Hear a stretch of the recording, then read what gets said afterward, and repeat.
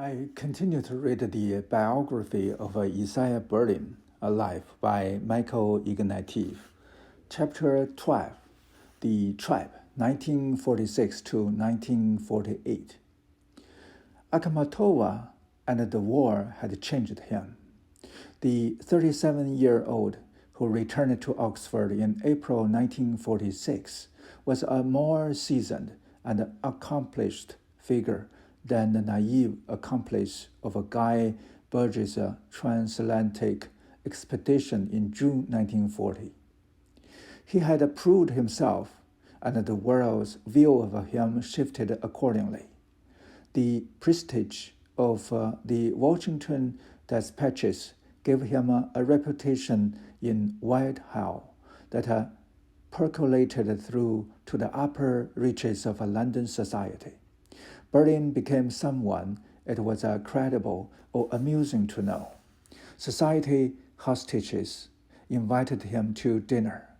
The BBC asked him to broadcast. In 1945, Lord Beaverbrook invited him to write a column for Express newspapers. As Isaiah later recalled, I behaved like a Swiss governess, an attempt on whose virtue was being made. It was easy to refuse, but the old devil's courtship was flattering. Oxford figures who had condescended to Isaiah before the war now deferred to his opinions. By 1951, he was being seriously considered as a candidate for the wardenship of All Souls. In 1953, for the wardenship of Nuffield College, his reputation began to ripple out around him. In 1951, Freddie Ayer told Berlin that when he had been introduced at a party in London as the cleverest man in England, someone exclaimed, "Oh, so you must be Isaiah Berlin." He was one of only 8 people whom Churchill consulted on the general structure and historical detail of his memoir of the 1930s. The Gathering Storm, William Deakin, a fellow of Wadham, who had got to know Isaiah in New York during the war, was Churchill's chief assistant on the memoirs and persuaded Churchill to use Berlin as a sounding board. In December 1947, Churchill dispatched the first 6 chapters and asked for a general reaction. In February 1948, Berlin replied bluntly that the book took too long to get into its stride. The early chapters were too episodic and insubstantial to act as adequate scaffolding for the later ones. Moreover, Churchill's account of why Stalin had executed Soviet Marshal Tukhachevsky in 1937 was based on an unreliable rumor. He also drew Churchill's attention to one of his passing remarks.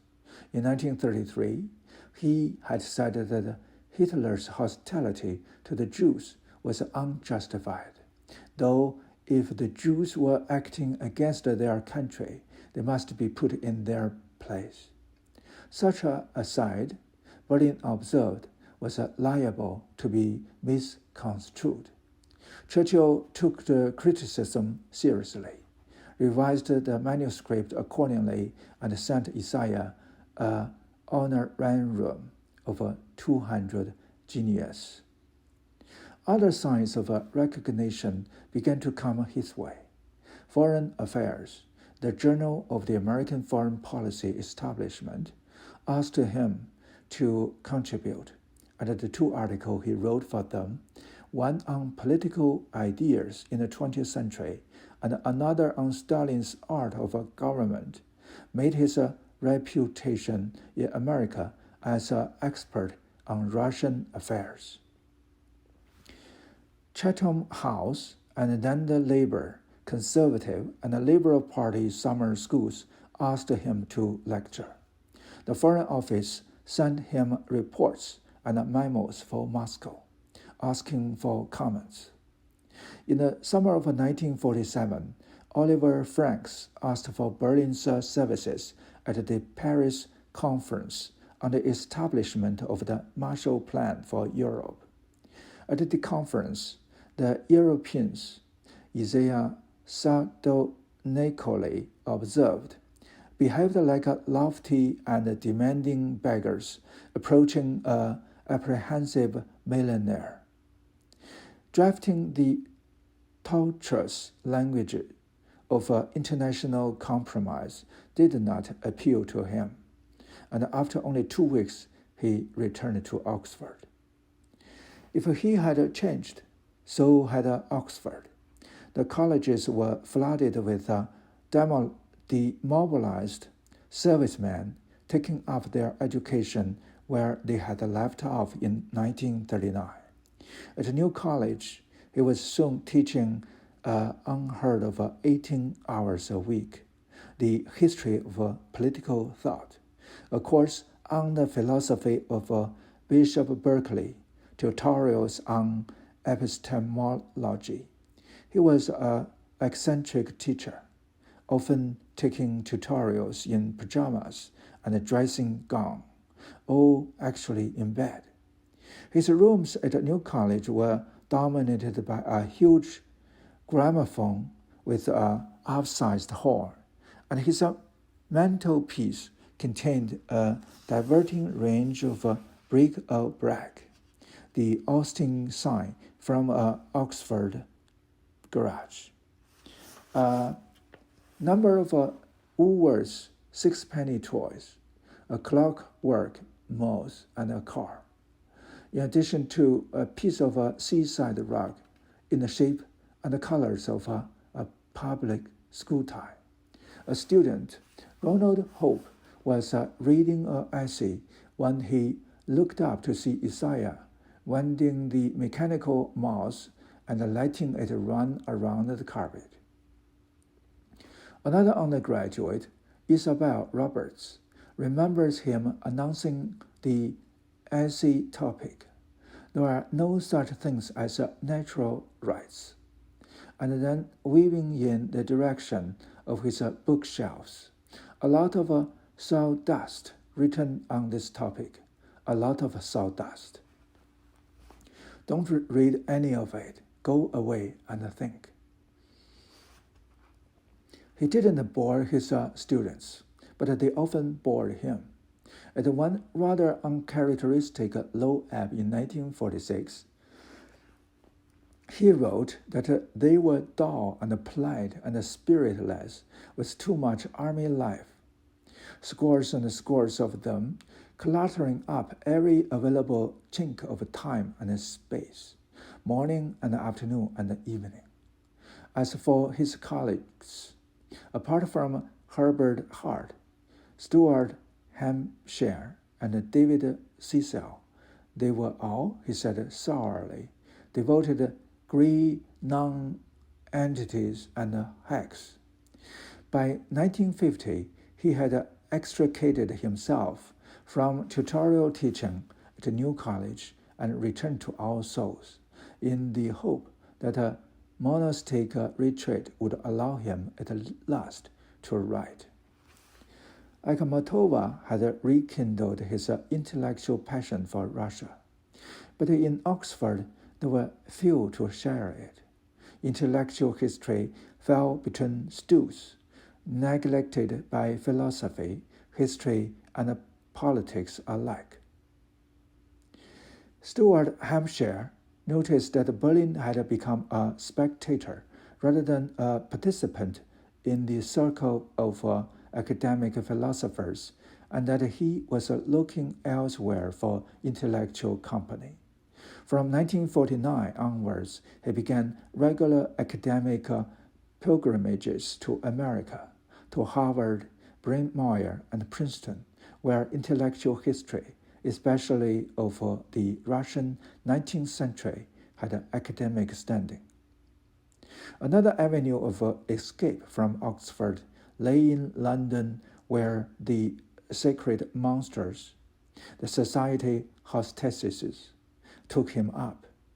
There were Lady Colfax lunches at Lord North Street, as well as invitations from Lady Cunard and later from Marietta Trey at Ditchley Park in Oxfordshire. His entry into high society raised eyebrows among his friends.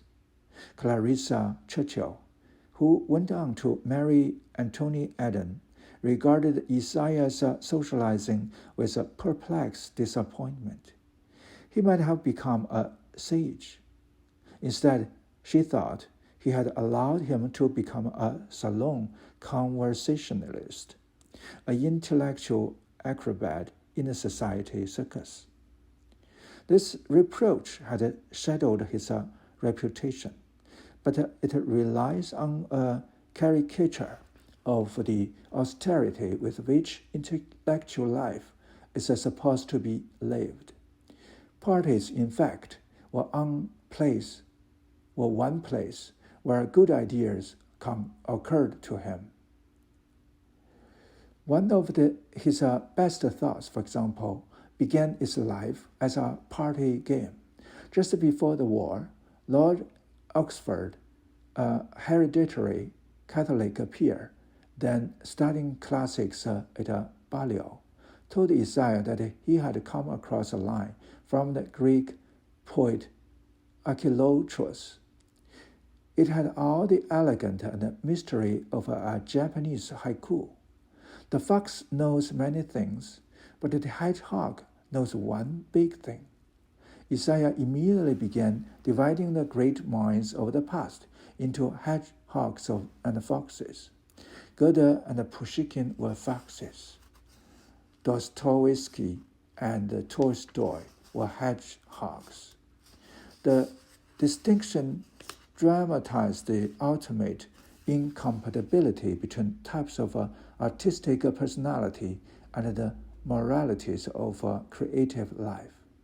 In 1951, the distinction recurred to him when he was working on a study of Leo Tolstoy's sense of history. It seemed to capture the fissure between Tolstoy's fox-like gift as a novelist for conveying the fine detail of human life and his hedgehog-like search for an overarching theory of human existence. This was also a fissure within himself.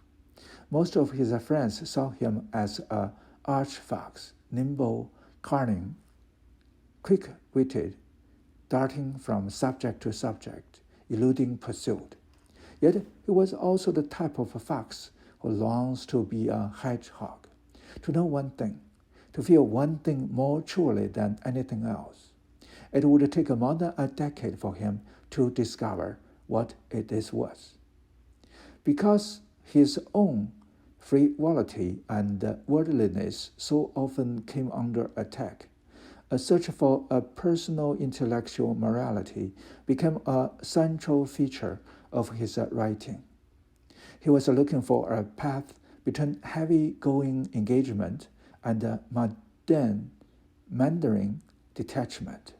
He wanted to be serious without being solemn, to defend beliefs without being dogmatic, and to be entertaining without being facile. He shared the English suspicion of the continental intellectual. French intellectuals, for example, enjoyed enormous prestige in the post-war period. But what exactly did a French intellectual know? Raymond Aron became the only French figure whom Isaiah respected. Isaiah called upon him in Paris in 1950, and they kept in contact thereafter. Aron was a liberal, anti-communist, Jewish, skeptical. All these things about him appealed to Isaiah. But he was too intellectually vain to become a close friend. He seemed piqued that the young Oxford Don did not appear to regard himself as an Arenian, while Berlin thought Aron was a superb political journalist, but a weak historian of ideas. At least in France, a certain Cartesian lucidity was respected. As for Germany, Berlin was impatient with the lofty obscurity of the German philosophical tradition, and when it was accompanied by the low service of fascism, his impatience turned to scorn. He was repelled by the special pleading with which Heidegger had sought to explain his complicity with the Nazi regime. Of Heidegger's worldview, Isaiah wrote scathingly in 1949 that it was vaguely tragic but too remote to bring home the sense of the crimes and horrors of the immediate past, relieving the burden of a particular guilt by a misty disquisition on its nature in general. Rejecting continental models of the life of the mind did not bring Berlin any closer to the models on offer in Oxford. Having written his Marx, he knew that he was not cut out to be a scholar in the British mold. His talent was for synthesis, not for scholarship. The essay, not the monograph. The audience he cared about was the educated middle classes, not the specialists, though he knew he must earn their respect. Besides, he loved company too much to spend the best years of his life in a library. Before the war, he had taken his intellectual purposes from sources outside himself. Now he had to find sustaining motives within. He had reached a fork in the road. Either he would develop a serious intellectual engagement of his own or decline into what he feared most, a chatterbox.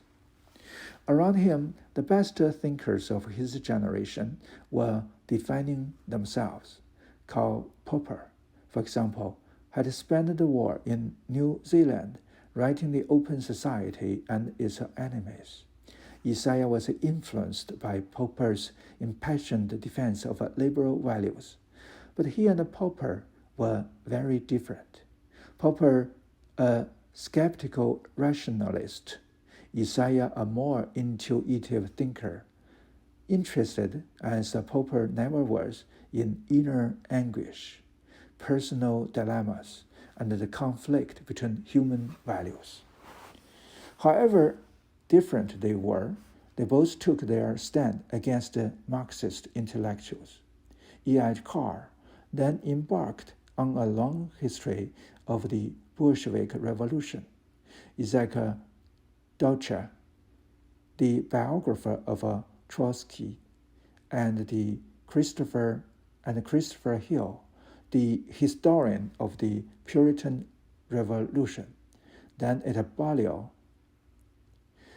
In the 1930s, Isaiah had been friendly with Christopher Hill, exchanging notes and books about Russian and European precursors of Marx. But in 1947, Hill's Lenin and the Russian Revolution asserted that the Bolsheviks had been right to dissolve the Constituent Assembly of 1917 because ordinary peasants had no confidence in it. In any event, Hill argued the Socialist Revolutionary Party, who were well represented in the Constituent Assembly, did not truly speak for the interests of the ordinary peasants who had voted for them. This passage made Isaiah doubly indignant. He felt that it falsified the historical record, and it denied that ordinary human agents, in this case the much abused Russian peasantry, could be trusted to know what was best for them. Hill got word of Isaiah's reaction, but the meeting failed to restore their relationship. The easy friendships of the 1930s were over. From now on, liberals and Marxists were on opposite sides. In this context of increasing polarization, Berlin went his own way, searching for his own agenda and his own version of an intellectual commitment. The first large-scale piece of research and writing that he undertook after the war was a study of the 19th century critic Wassarian Belinsky, who was responsible for creating the image of the Russian intellectual as a moral witness, and for the idea of the poet as defender of the Russian language. In this sense, Belinsky made Akhmatova's moral career possible. But the study of Belinsky was also a way of developing Berlin's own vocation. He was coming to see ideas exactly as Belinsky did, as what human beings lived for and by. Quote, something wider and more intrinsic to the human beings who hold them than opinions or even principles. They are indeed the central complex of relations of a man toward himself and to the external world. End quote. After Belinsky and the Russian came the afterlines of a distinctive intellectual project. In place of a logical and semantic analysis, Isaiah would study how ideas permeated and gave shape to the intellectual vocation itself, how intellectual seriousness was itself elaborated and defended from epoch to epoch.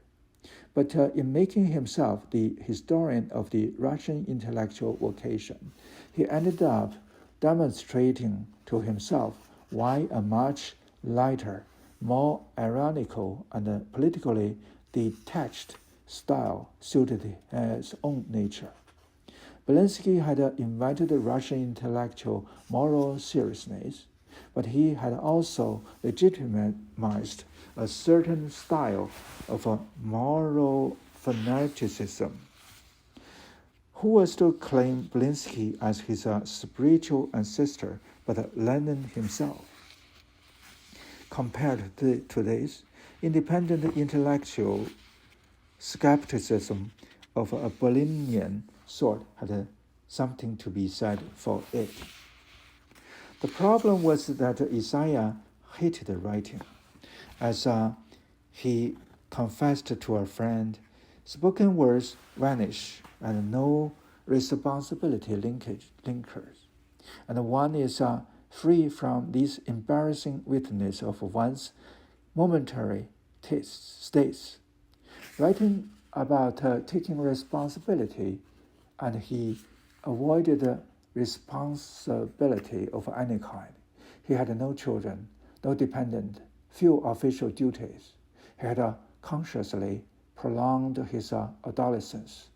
He was approaching middle age, unmarried, unsettled, condemned to a future as a minor Oxford personality.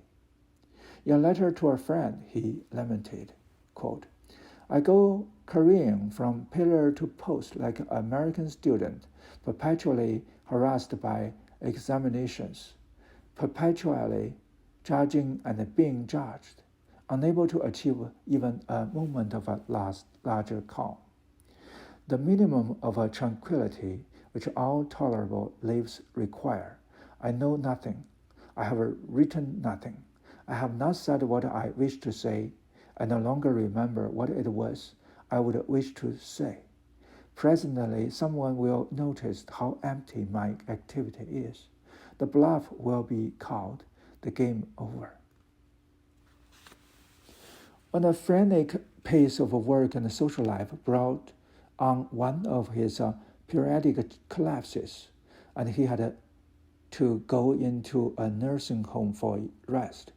His friend Stuart Hampshire begged him to impose an economy of spirit upon himself, to rein himself in, channel his energies, stop dissipating it in a thousand directions.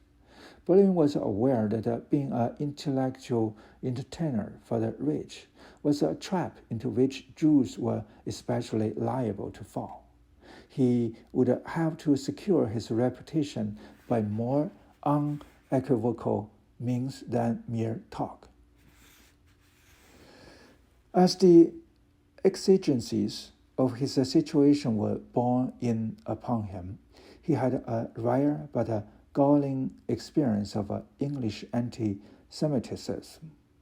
Thanks to his connection with Churchill, he had been befriended by the conservative politician Oliver Littleton, who, charmed by Berlin's vivid talk, put him up for membership at the St. James Club in the summer of 1950, only to discover that several members were determined to have no one of a Jewish extraction in the club. Berlin immediately withdrew his name and was then proposed and accepted for Brooker's Club, an even more distinguished establishment just down the street. But his rejection at the St. James reminded him that there were still invisible doors barring entry into the Gentile world. Okay, stop here for the first part.